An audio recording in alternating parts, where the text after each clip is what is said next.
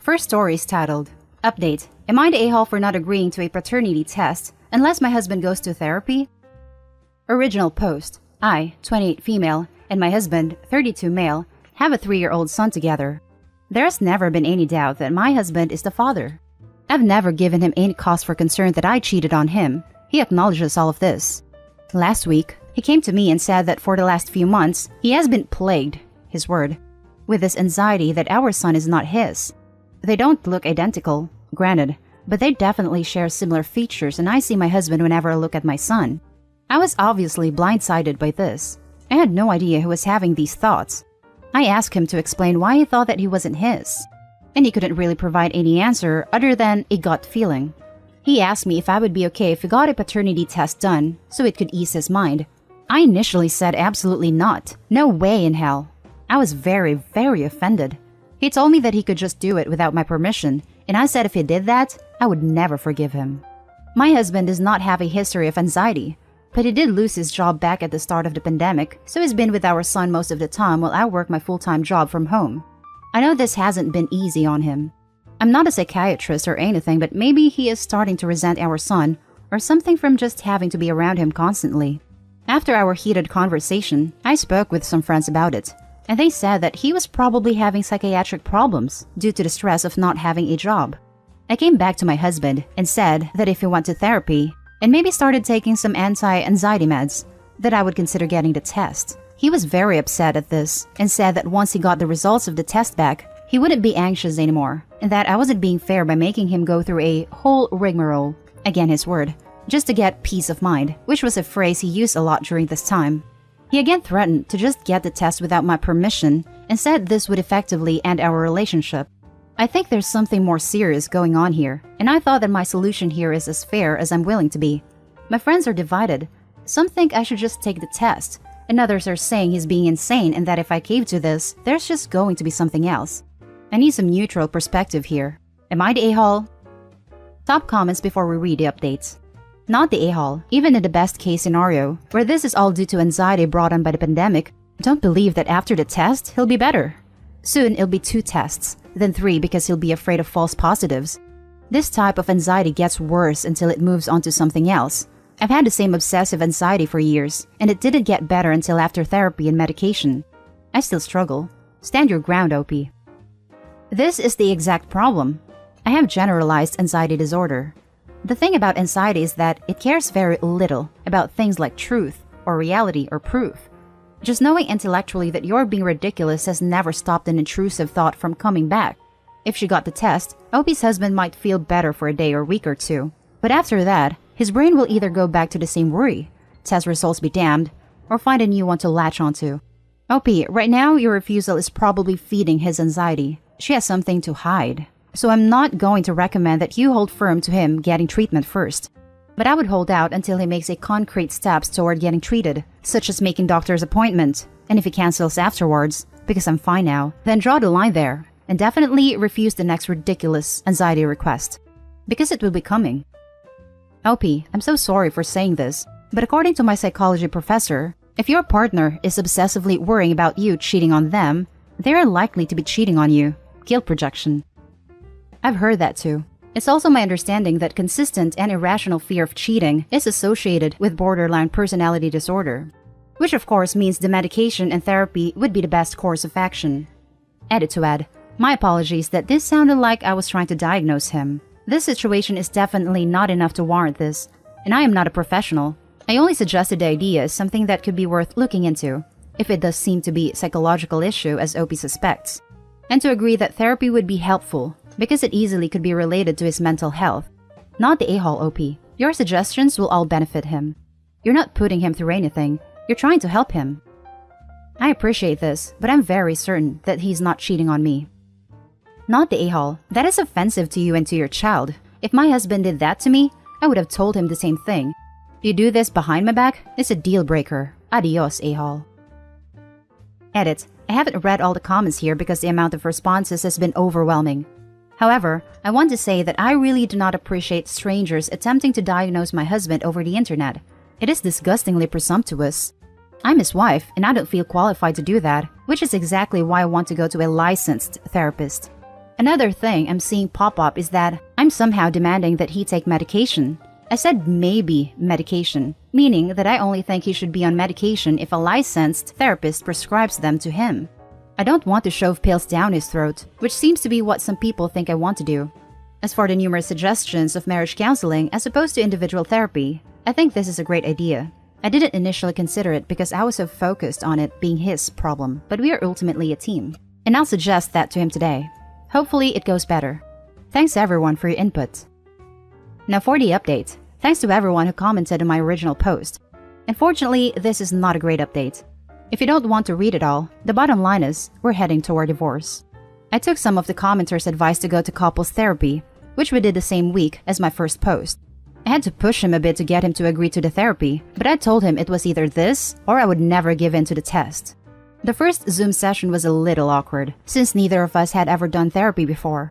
After listening to both of us, she basically said that she thought we should do the test to see if that eases his anxiety, and that if it doesn't, which at the time was my concern, that we could go from there. So, my husband was thrilled, and I agreed, but I wanted to be on Zoom with the therapist when we received the results, so we could talk it out with her there, which she was fine with. So, we did a test, and we did our Zoom session when our results were in. And surprise, surprise, the paternity test says he's 99% likely to be the father. He didn't appear relieved or happy or anything of what I expected. Maybe this was unfair, but I did expect him to cry and maybe apologize to me for his lack of trust. This wasn't just my imagination though, because when the therapist asked him in our first session how he would feel if the test came back saying he was the father, he said he would feel relieved, but he was angry. He kept saying that it was over and that he didn't want to talk about it. He kept repeating it's done over and over when the therapist would try to ask a question about how he was feeling. And he was obviously not listening when I tried to talk about my feelings. And when I told him I wanted to talk about it, he yelled at me, which he never does. What else is there to freaking talk about? I was mortified that he was talking to me this way in front of a therapist, and she said she would schedule a new session once he had time to process. After the session, he wouldn't look at me or speak to me. That he was so upset that he was our wonderful son's father made me absolutely lose my mind. We screamed at each other, and it ended with me saying that I can't do this anymore. He's at his brother's apartment now, finally away from our son, which is obviously what he wanted all along, and my mom is now staying in my place to help me out around the house. I texted him this weekend, asking if he wanted to do another therapy session, and he asked if I really thought that would help, and I had to admit that didn't. The speed at which this whole thing happened, just a month ago, I would have said we have a happy marriage, is still completely shocking to me. But I don't see us recovering from this. This felt cathartic to type out though, so thanks, I guess. Now for the closing comments. I'm sorry it turned out like this. I have a feeling he has some deeper issue, and he was never going to accept any answer other than he's not the father, because he's got it in his head now. I hope he gets the help he needs, and I hope you find peace in your future. I think he wanted their son to not be his son, so he would be justified to leave Opie. It sounds like that's what he wanted and needed an excuse to end things. Opie, I hope you get sole custody. Your soon-to-be ex is a gargantuan a-hole, and your kids will be better off not having him in their lives. Please get them and yourself into therapy. You all need it. I think he already wanted to end the marriage for whatever reason, and the paternity thing was just a ruse. He probably figured either you'd be so outraged that it could send you two into a downward spiral, in which you'd look like the bad guy for refusing to do the test, or maybe there was some chance he wasn't the father, and he could then feel righteous in his reasoning for leaving you. Now, he's acting like such an a-hole that you want to leave him. So, I think he wants your marriage to end but doesn't have the spine to do it properly. I thought this too, that he just wanted out of the marriage and was looking for a way out. But if he suddenly announced he didn't want to be with me anymore, I would be shocked, and hurt obviously, but it would be better than it is now. Now, he's basically announced that he's done with being a father, which after being a loving and devoted dad of 3+ years, is just completely crazy to me. I thought that, if we were ever going to split up, we'd at least co-parent peacefully. This is just so unfair to our boy, and my heart is breaking for him. Geesh, he sounds terrible. I can't imagine what a shock it must be for you, and your son is going to have a hard time understanding. Maybe it's some kind of midlife crisis, who knows. It doesn't really matter why he's doing this. Just make sure you document everything and get a lawyer ASAP. Also, when he first told me that he wanted a test, he said that he wanted my approval to do it. I said no and told him that if he did it behind my back, I would leave him, and he listened. He didn't betray me like that and told me that he didn't want a divorce, just a test. So why all of a sudden would that change, based on results that should have made him happy? I just can't explain it. Now for the last story. Am I the a-hole for throwing my biological daughter out of my house after she accused me of abandoning her? Me and my ex-girlfriend were together for barely 1 year before we broke up. She came into my life 8 years after we broke up, suing me for child support for a 7-year-old girl, Anne. After proving paternity, I tried to sue for custody. We were in different states, and courts rules entirely in her favor. I got visitation every 2 months. In reality, I hardly got to see her once/twice a year. Edit. I tried to visit more, but my ex didn't let me. Went to court. Nothing happened. When Anne was 10, my ex asked me to give up my parental rights. I refused. Then, the game started. She would arrange visits last minute so that I cannot afford the tickets, and cancel plans last minute so that I would lose money. She kept this up, and I broke and gave up my rights. Anne too had a father figure, and pretty soon, the calls stopped too. When Anne was 10, they moved to another country. I did not talk to them after that. Now, I am married and have 2 very beautiful stepchildren, whom I love very much. Anne is now 19, and she reached out to me. She was in the state and wanted to visit. I invited her to my house. My family was at my wife's place. I haven't even said hello before she started ranting at me. She told me about how I was a deadbeat father, and she hated her mom and stepdad, and how I abandoned her, etc. I asked her what she was talking about. Turns out, ex and stepfather were really crazy and made her life miserable. She is now in no contact with them. She talked about how I abandoned her, and there was no responsible adult who even cared about her a little bit. At this point, I told her that it wasn't my fault, that her mom didn't tell me/pressured me into giving up custody. I guess Anne didn't know that. I explained everything. Even after I explained everything, she continued to yell at me about how I should have done something. I calmly asked her what I should have done. She became more angry and yelled more as she didn't have an answer. I calmly told her that I have always wanted a relationship with her, and I was so glad when she called, but it's very obvious that she is only here to place blame and I wanted her to leave. She said that wasn't fair, and she only came here to know me. I calmly pointed out that she was here for 2 hours, and she hasn't asked a single thing about me and only yelled. In the end, she stormed out. I am still open to having a relationship with her, but I'm not willing to be anyone's punching bag. Am I the a-hole? Now for the top comments. Not the a-hole, but you have to realize your ex told her lies about you her whole life. Let her process what you told her, and if/when she reaches out again, try not to hold this against her. I really don't see how the kid is the a-hole either. I don't blame her at all for how she reacted. That's 19 years of bottled up emotions finally surfacing. You're exactly right that she needs to cool off and process everything, and Opie needs to keep a line of communication open for when she's ready. But I think no a-holes here is a more accurate judgment. The only a-holes involved are the mother and stepdad, but they're not relevant to the judgment. She's pretty much an adult, and should understand that yelling at someone for 2 straight hours without trying to understand someone else's side doesn't help anything, regardless of what she's been told her entire life. You're the a-hole. She's 19 and has been brainwashed and felt abandoned her entire life.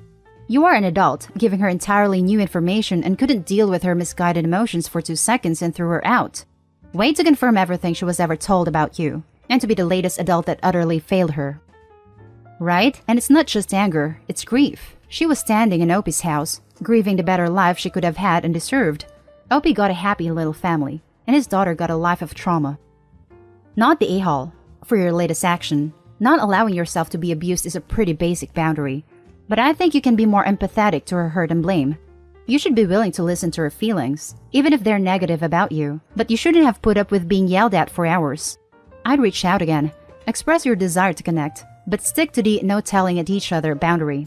Don't tell her she's wrong for being hurt and blaming you. The boundary should just be the yelling, and read up on empathetic listening. Oh man. So, my bio dad signed away his rights to my dad when I was 4. I had 2 great parents and was still angry at bio dad for giving me up.